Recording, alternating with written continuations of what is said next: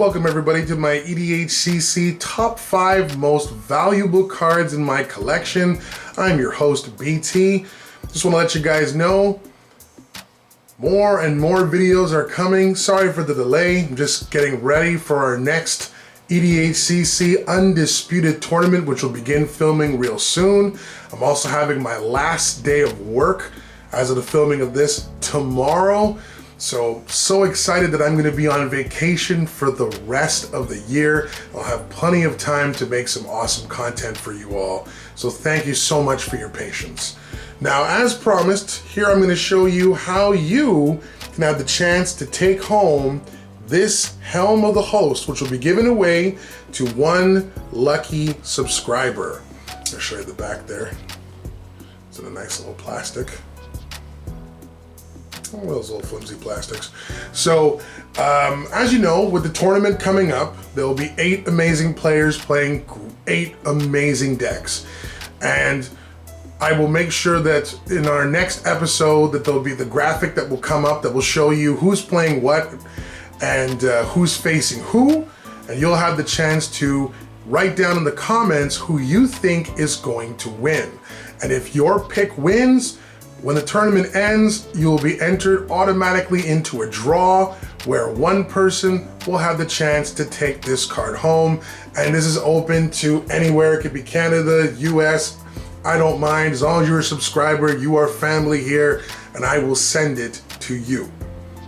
So again, in order to enter, you just have to be a subscriber to the channel. Of course, if you are a patron pledgehammer of $10 or more backer, you will receive an additional automatic entry. So you double your chances of taking home this sweet foil Helm of the Host.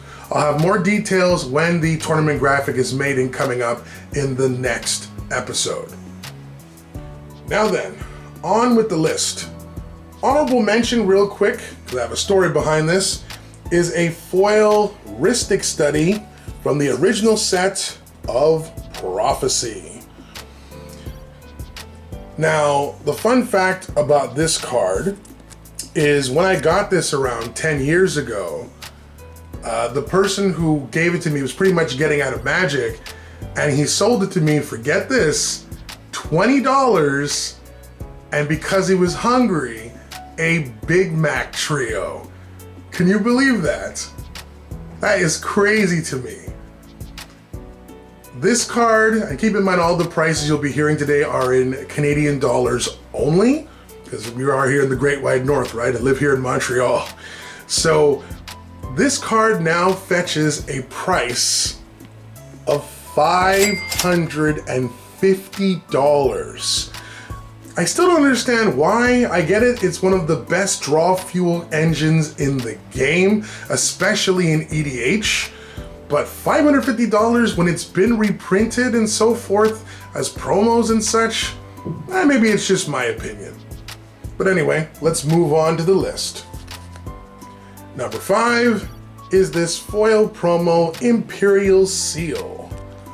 When this card was announced many years ago, I wanted to pick it up almost immediately because the portal prices for the original were way out there, let's just say that. I got this for about $250 when it came out by selling off some of my old Yu-Gi-Oh stuff and paying a little bit of cash. Now, this card fetches a price of $800. Now, I know what you're gonna say. Vampiric Tutor is a better card, and you are absolutely right. Because after all, Vampiric Tutor is at instant speed. But in EDH, if you have the cash for it, and being able to have access to pretty much 2 Vampiric Tutors, not really a bad thing. So if you got the cash for it, why not? We have a tie for 3rd place. These are both mana generators. One is banned, and one is so expensive it should be banned. Of course, I'm talking about these 2 cards. First, we have this lovely revised tropical island. Very, very nice. And from the Urza Destiny set, this beautiful foil Rathalos Llanowar Emissary.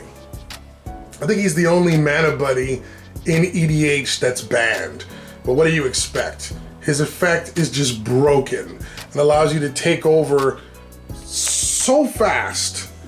Whether it be 1v1 or multiplayer, you can get ahead of your opponent so quickly that you could end the game like that. Now, the only thing I'm a little bit surprised is, I mean, because it's banned in EDH, I wasn't expecting this card to ever be worth more than 100 or 200. I mean, I bought this card like 12 years ago for like 70 bucks, and that was in foil. So my surprise that nowadays, these two cards fetch an outrageous price of $900 a piece. $900. The dual land I can understand because, I mean, they're still playable nowadays. If you have any of these, why wouldn't you use them? But I mean, this is banned in everything except for what? Vintage, Legacy, and I suppose if we're being technical, Oathbreaker. But I mean, it is a beautiful foil if we're being honest. And Urza Destiny foils are hard to get. In our next spot, number 3, we've got the From the Vault Relics Mox Diamond. I mean, I like the card and everything, and it's beautiful, don't get me wrong. I still feel the Stronghold version is much better. I realize this is the only foil Mox Diamond in existence, but I still don't understand why this one still ekes out the original. The original goes for around, you could probably find it for about a good 800, maybe 850.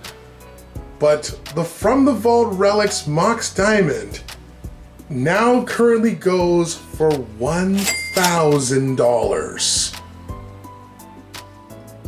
I mean, I understand how it's super powerful. I ran this in my Kali of the Vast deck just to make sure I could get her out that much faster.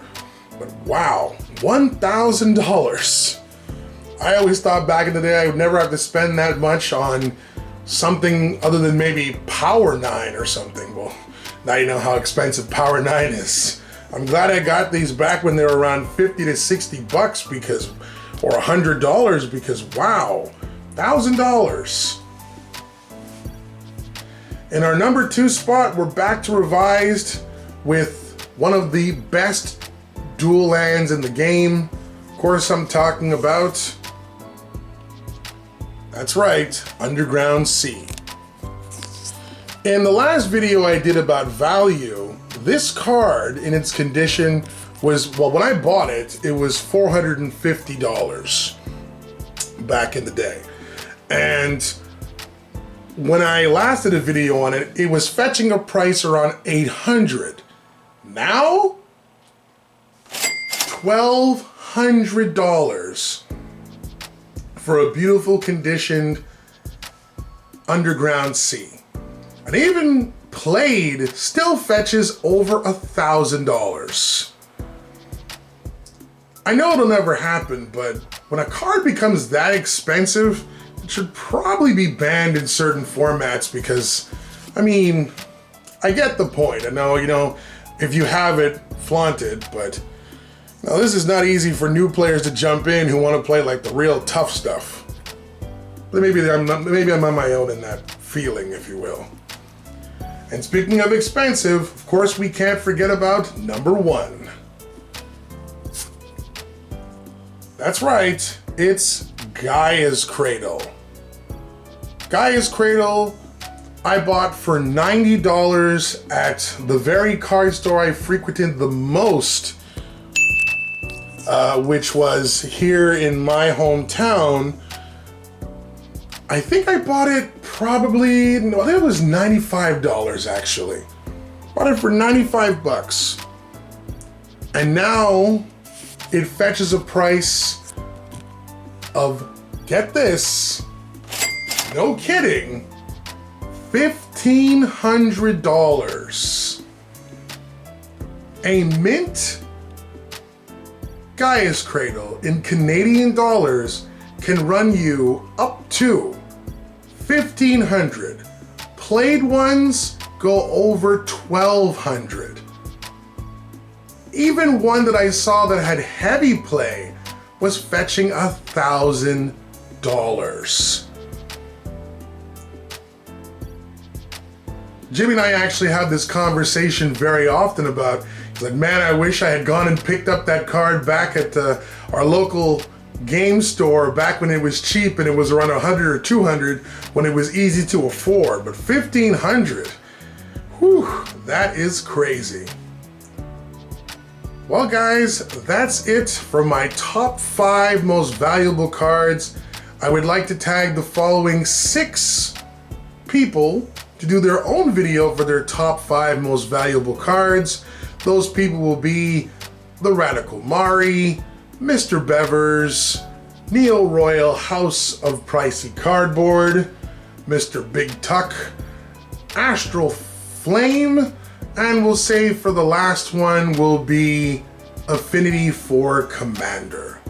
So guys, please make your videos, let us know what your top 5 cards are. And for the rest of you all, my extended family, my subscribers, tell us in the comments down below what your top 5 most valuable cards are. Until next time, stay warm, stay safe, especially considering how cold it's getting. Finish your Christmas shopping, and keep on card gaming. Love you all, and see you next time.